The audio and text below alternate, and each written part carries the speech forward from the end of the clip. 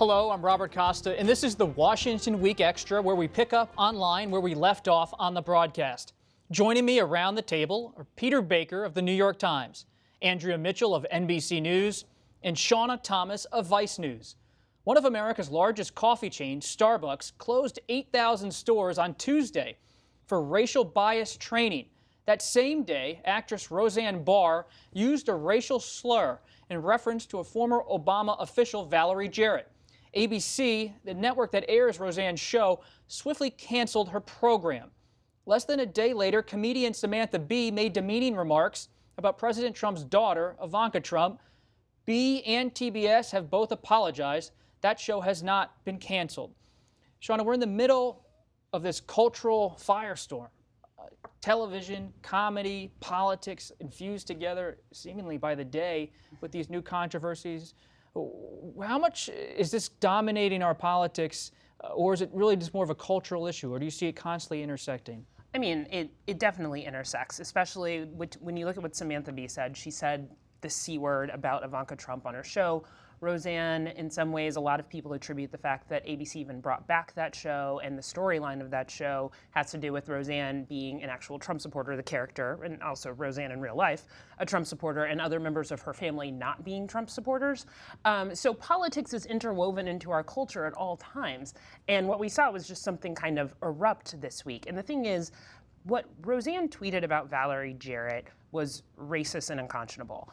But I don't think that necessarily means, even though it's gotten wrapped up into this, that means ABC didn't cancel her show because Roseanne is a Trump supporter. ABC canceled her show because Roseanne tweeted something racist.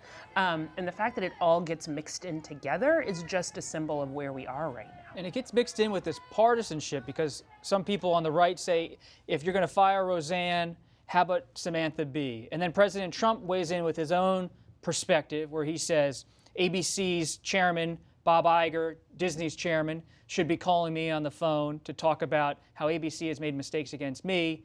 It's just all mixed together every day. He had leaped into praising Roseanne when she had these great ratings after her show was first on, and it was a huge success. It was the biggest success in broadcast television of this kind of program this year.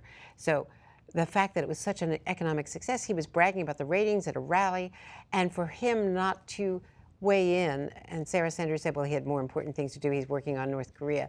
He eventually did weigh in on Twitter, demanding an apology from ABC for himself, but for him not to call out Roseanne for that kind of racism is what is raising a lot of questions about the president. Or don't weigh into any of these things at all as president of the United States. Exactly, but he weighs into these things all the time, and the fact is, what Roseanne did was so racist, and she had done this before. Before ABC brought her back, she had said the same kind of outrageous thing about Susan Rice, who's African American, years ago.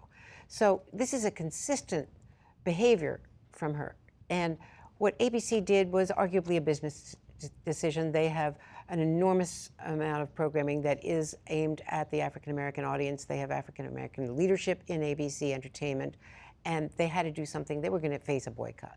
And they're owned by Disney. It's a wholesome, or it tries to be a very wholesome brand. And their commercial They have to considerations. think about that, too. What's striking to me is the politics of grievance here.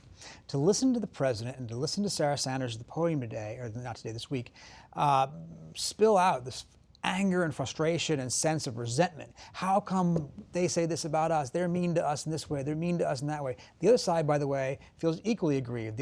Their concern is the double standard is the other way. How come you let Trump get away with this when you never would have let Obama get away with that?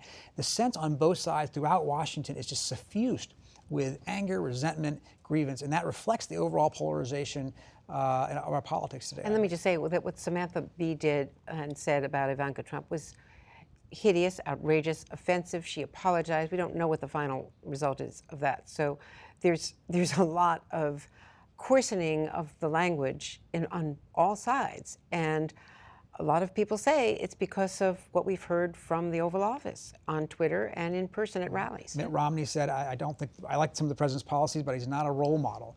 You heard Senator Jim Lankford, I think, say the same thing. And I think you're right. I mean, like, when did it get acceptable to compare people like Valerie Jarrett or Ivanka Trump in such horrific ways, as opposed to simply arguing about their policies? Let's say whether they're wrong or right. Well, I can tell you when it became acceptable very early in the campaign to talk about John McCain as not being heroic because he was captured. And again this week, twice the president, without naming McCain in public, blaming McCain for the failure of the repeal of Obamacare. This is a man dying of cancer who is already demeaned by a White House aide. Let's turn to the president's decision to pardon influential conservative commentator Dinesh Dsouza, who pled guilty to violating campaign finance laws in 2014. It was the 5th pardon Mr. Trump has granted since taking office. Peter, in your front page story, you write that the president has bypassed the traditional system for granting pardons and disregarded more than 10,000 languishing applications to focus instead on prominent public figures whose cases resonated with him, given his own, to use one of your words, grievances with investigators. Mr. Trump has also told reporters that he's considering a pardon for Martha Stewart and commutation for former Illinois Governor Rod Blagojevich, a Democrat, who is still serving time in federal prison.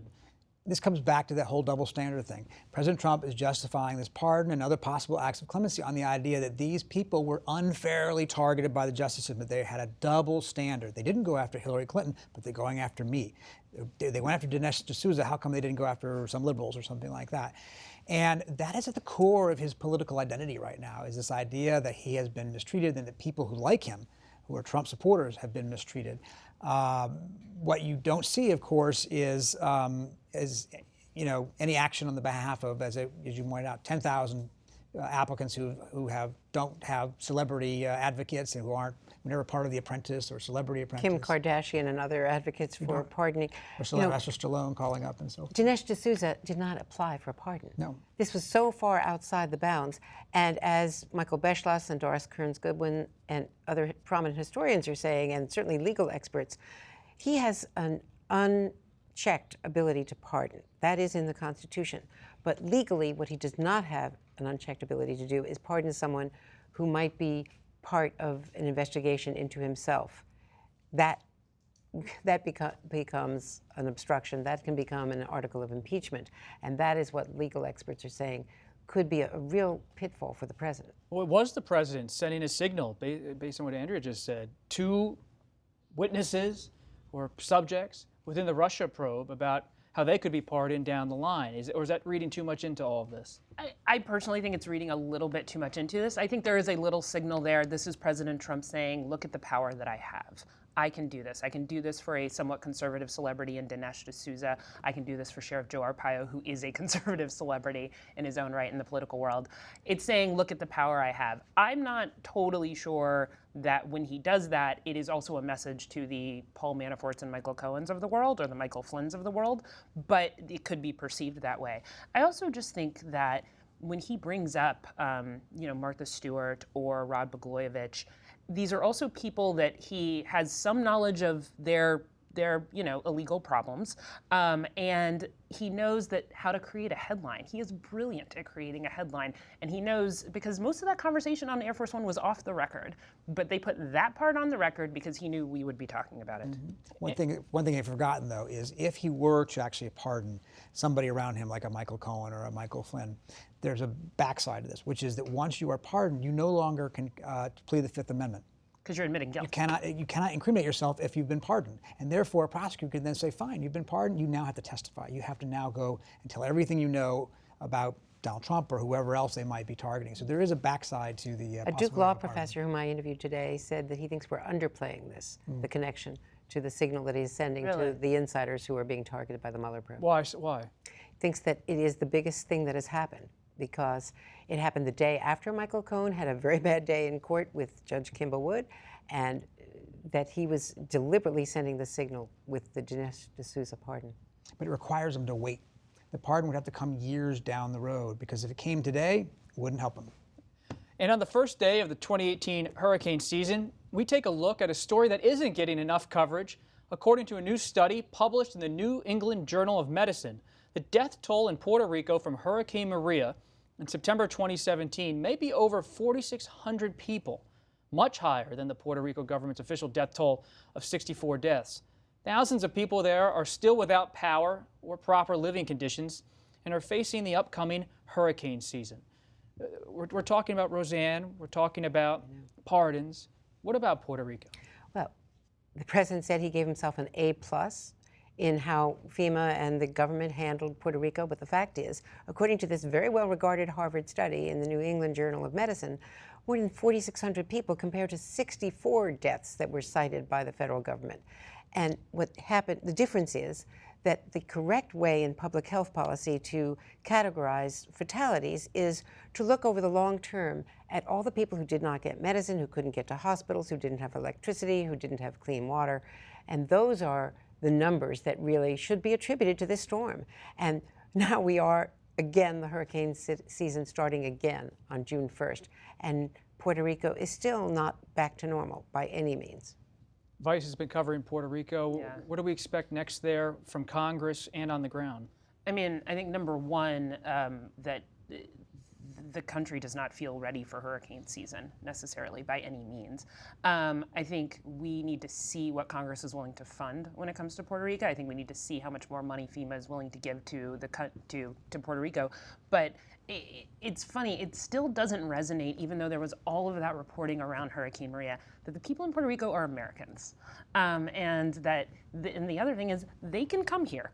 And they can go to Florida, and they can go to other places. And there is definitely, especially in some of those Florida elections, there are members of Congress and there are people who are running for office who are aware that the Puerto Rican vote has gone up in Florida and that they need to target them. And that is an issue in 2018.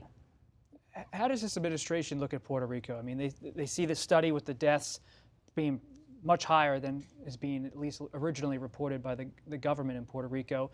And this is, as Shauna said, part of the United States. Yeah, no, you don't see the sense of alarm that you would expect to see if there were. Or that we even saw from New Orleans. Right, even, you know, exactly, whatever you want to say about President Bush, he was slow perhaps off the mark, but he went back there 17 times after Hurricane Katrina to show his demonstration. He pumped in $100 billion. And you don't see that kind of like demonstration of concern, at least by this White House. It may or may not be fair, it may or may not be just symbolic, but the truth is symbols matter when you're president. It matters what you take your time to show what you care about. That's it for this edition of the Washington Week Extra. While you're online, check out our blog on the Right to Try bill that President Trump signed into law this week, allowing terminally ill patients to get experimental treatments. I'm Robert Costa. See you next time.